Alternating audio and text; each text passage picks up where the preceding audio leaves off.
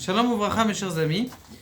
Aujourd'hui, on va parler d'une question qui m'est arrivée hier.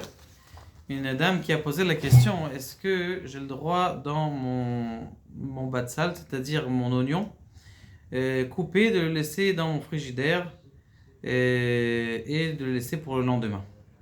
Alors pour répondre à cette question, nous avons une Gemara dans Masechet Nida, Daf Yud Zayin. Rabbi Shimon Bar Yochai y parle. Et il dit comme ça, 5 dvarim, celui qui fait ces choses-là, mitrayev benafsho, c'est-à-dire il se rend chayav de son âme, il se rend passible de son âme, vedamo berosho, et son sang est dans sa tête. Alors ça veut dire quoi? Ça veut dire que même s'il va le faire, ça serait entre guillemets comme un suicide de le faire. Pourquoi? Parce que le bon Dieu ne va pas dire à t'as mangé quelque chose qui est... C'est quoi?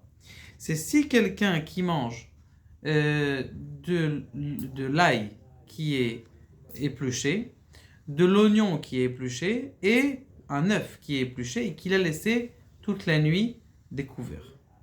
Quand il a laissé la nuit découvert, donc kaniré la nekudat tratzot, ça veut dire quand minuit, 11h30 en Israël et ça dépend donc de l'endroit, quand ça passe toute la nuit, ça passe sur ce moment-là où il y a ce qu'on appelle le vent de mort qui descend sur terre et qui s'en va tout de suite après, eh bien là, c'est interdit de manger ça. Maintenant, la question qui se pose, c'est doucement, on voit dans le commerce beaucoup de boîtes, que ces boîtes-là, elles sont pleines de choum kalouche, d'ail qui est déjà épluché.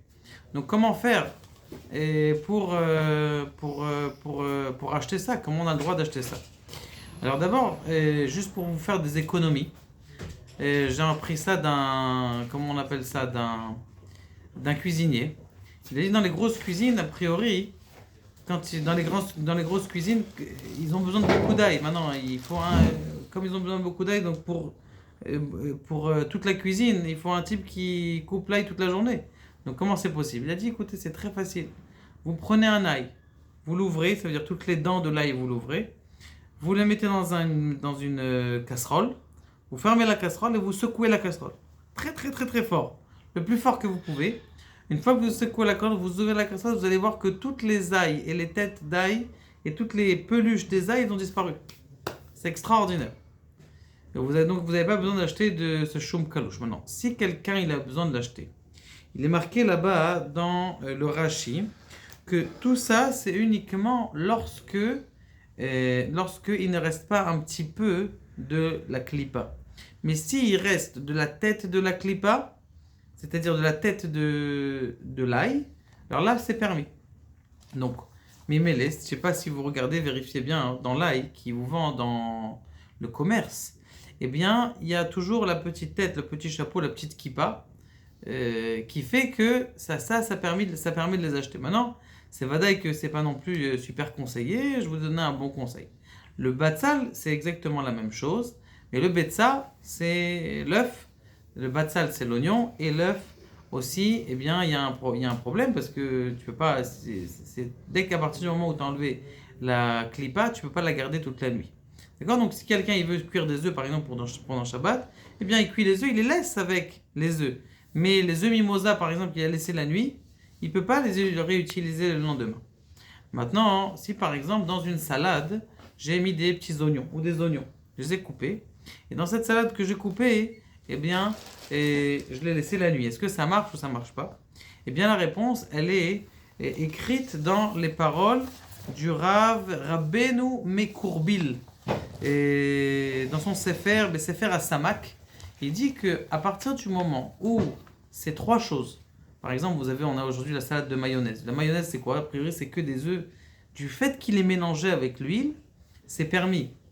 La même chose, l'œuf, la salade d'œuf, vous savez, avec de la pomme de terre et de la mayonnaise et du batal à l'intérieur. Ça aussi, du fait que c'est bien mélangé. Mais si c'est stable dans une boîte, même si je ferme dans 2 boîtes ou dans 3 boîtes, ça marche pas. Medina de Gemara, comme il est marqué dans ma Masechet, Nida Daf Yud Zayin. Donc, Mimele, ça c'est important. Alors vous allez me dire, oui, mais ça c'est à l'époque de la Gemara. Il dit non, on ne peut pas dire que c'est ça. Parce qu'en plus, c'est Rabbi Shimon Bar Yochai qui le dit. Et en plus, aujourd'hui, on voit plein de maladies complètement bizarres. On ne sait pas d'où elle sort, on ne sait pas d'où elle vient, on ne connaît pas ça.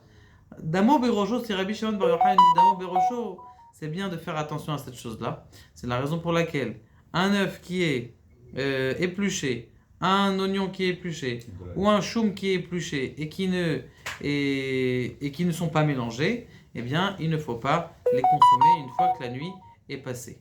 D'accord? Que Kadosh Baruch Hu nous aide et nous protège de ces choses dangereuses. Baruch Adonai, l'Olam, Amen, Amen.